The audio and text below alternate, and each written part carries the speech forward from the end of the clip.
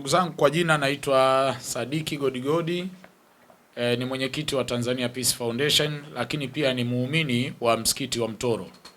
Na baada ya kuja kumaliza kuzungumza Sheikh Said Mwaipopo hapa, na mimi nimeona nitoe yale ambayo nayafahamu kuhusu Mtoro.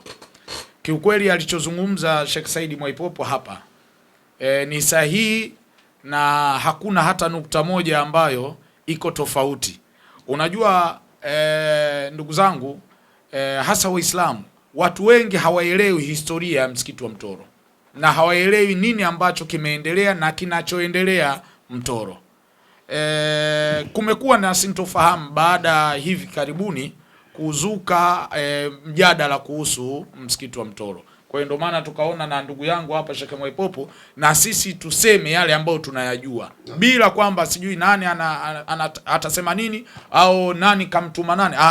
Sisi tunatoa maoni yetu kwa sababu sisi ni viongozi kwenye maeneo ambayo tupo, lakini pia ni waumini wa Mtoro. Sisi tumekuwa waumini wa Mtoro muda mrefu sana, toka enzi ya marehemu Sheikh Kasim bin Juma akiwa sambamba na Sheikh Khalifa Hamisi.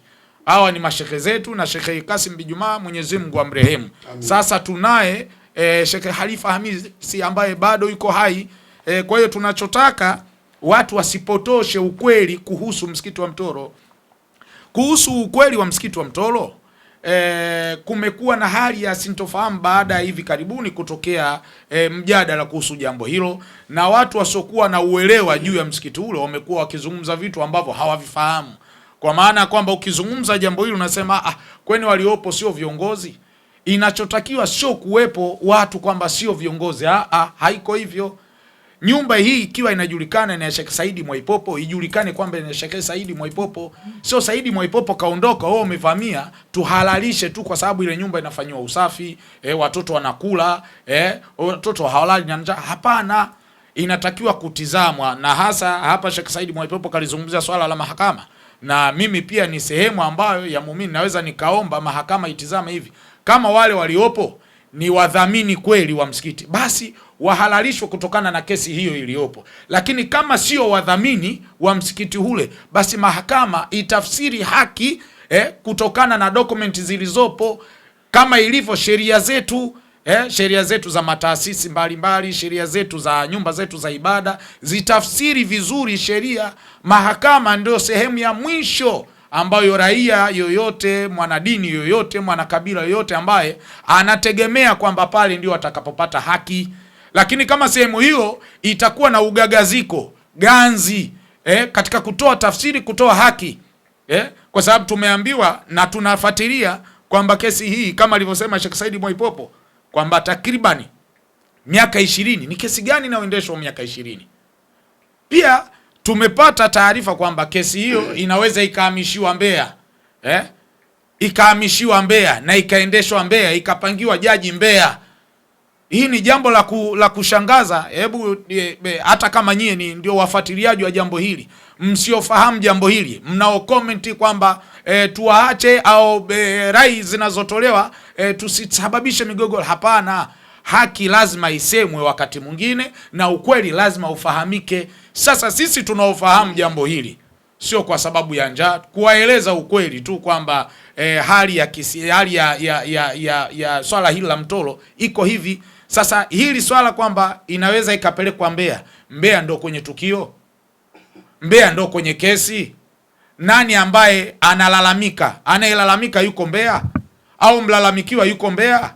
Hawa wadhamini ambao wanasemwa ni watu wa Mtoro ambao ndio wadhamini halali kwa namna ambavyo sisi tunafahamu. Sisi ni watu wa muda mrefu pale Mtoro na tunafahamu historia. Wanaohusika na msikiti huu ni watu wa Msasani wakiongozwa na Sheikh Isa Gulu ambaye ndiye aliyekuwa imamu na ndiye imamu mpaka leo.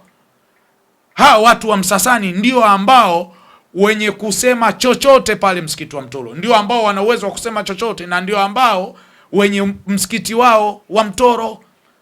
Sasa kama mahakama, jambo hili liko mahakamani, basi tunaomba mahakama itoe tafsiri na haki juu ya jambo hili. Kama wale waliopo ndio wahusika, basi mahakama ifanye maamuzi hayo ili jambo lijulikane. Kama sio wao, pia mahakama iseme. hili ni jambo ambalo tunaliomba kwa mahakama zetu, kwa sababu tunaamini mahakama zetu zinafanya haki, zinatafsiri sheria vizuri bila uoga, bila namna yoyote. Hilo tunaliacha hapo. Lakini tukija katika swala ambalo megusia Sheikh Said Mwaipopo, napenda kwa sababu kanimaliza kidogo maneno, kuna maeneo mengi sisi ni miongoni mwa wanaharakati wakubwa kabisa katika nchi hii. Japo wengine mmekuja juzi hamtufahamu, lakini tunaeleza yale ambayo tunayafahamu kihistoria. Ni kweli aliyosema Sheikh Said Mwaipopo, historia pale imeanza toka wakati wa marehemu Sheikh Kasim bin Juma.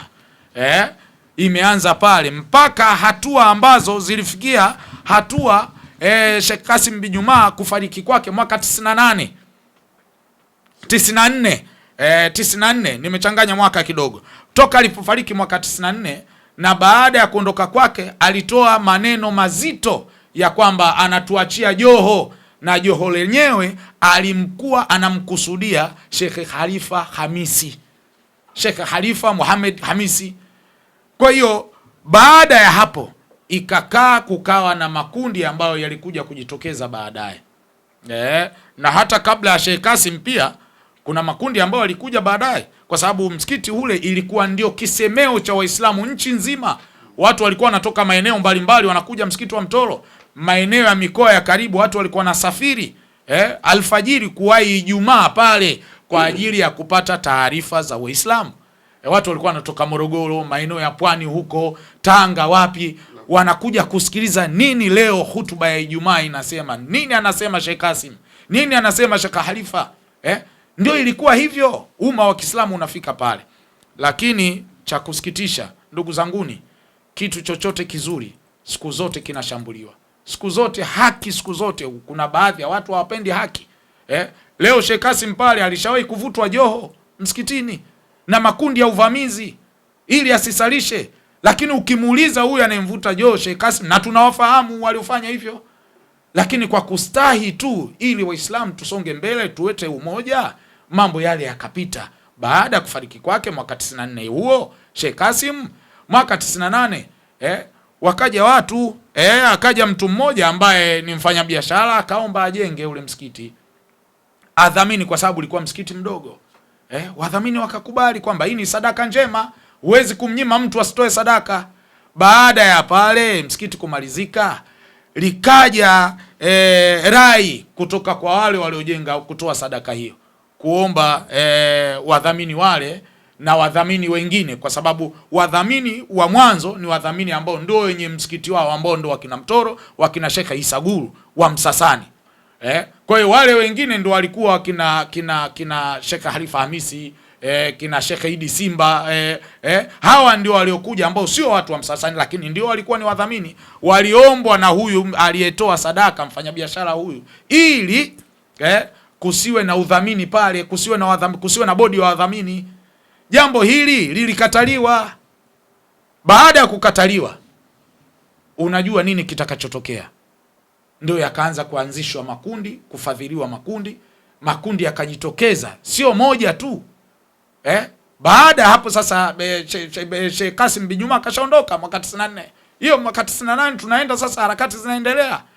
Sheikh Khalifa sasa ndio anaongoza harakati hizo. Baada ya vurugu likaja kundi hilo la uvamizi, na matokeo yake ya vurugu zile, moja ya viongozi wa msikiti alivunjwa mkono kwenye jambo hilo, kwenye vurugu hizo, katika harakati za kuondoa uongozi pale. Baada ya hapo lakini kilichotokea, kesi ile baada ya kutamaraki kwamba kuwe na kesi, huyu kiongozi akaimaliza kesi hii kwa nidhamu, kwa ustaarabu, kwa imani aliyokuwa nayo ya dini, kwamba jambo hili tusiliendelee nalo. Na laiti kama angeendelea na kesi hii, leo ingekuwa tunazungumza historia nyingine. Huo ndio ukweli wa mambo ambao sisi tunaufahamu, na aulizwe yoyote, hata hao wavamizi waulizwe kama hawajui jambo hili, wanalifahamu fika, mpaka waliowatuma wanafahamu. Tunajua mambo haya. Kwa hiyo baada ya hapo kukataliwa, kukawa na muendelezo wa makundi ya vurugu. Mwisho wake wakaingia mpaka lile makundi mengine ya mawahabi, hawa mawahabi wale wasiojua mawahabi, wakaingia wakaungana kufanya harakati za kuondoa uongozi uliopo. Wakati huu sasa wakati huo sasa uko chini ya Sheikh Khalifa Hamisi.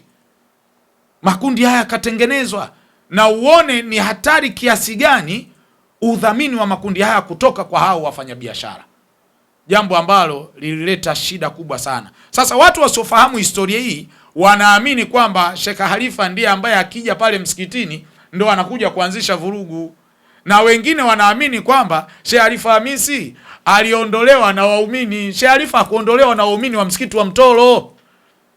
Sheikh Khalifa Hamisi ameondolewa na nguvu ya wenye fedha msikiti wa Mtoro, au sio Sheikh Saidi? Ameondolewa na makundi yaliyokuwa yanadhaminiwa na wafanyabiashara wenye nguvu kifedha ambao walikuwa na maslahi yao. Sasa wewe umetoa sadaka yako, alafu unapanga na viongozi wa kuwepo msikitini. Sasa hiyo itakuwa ni sadaka au ni familia yako?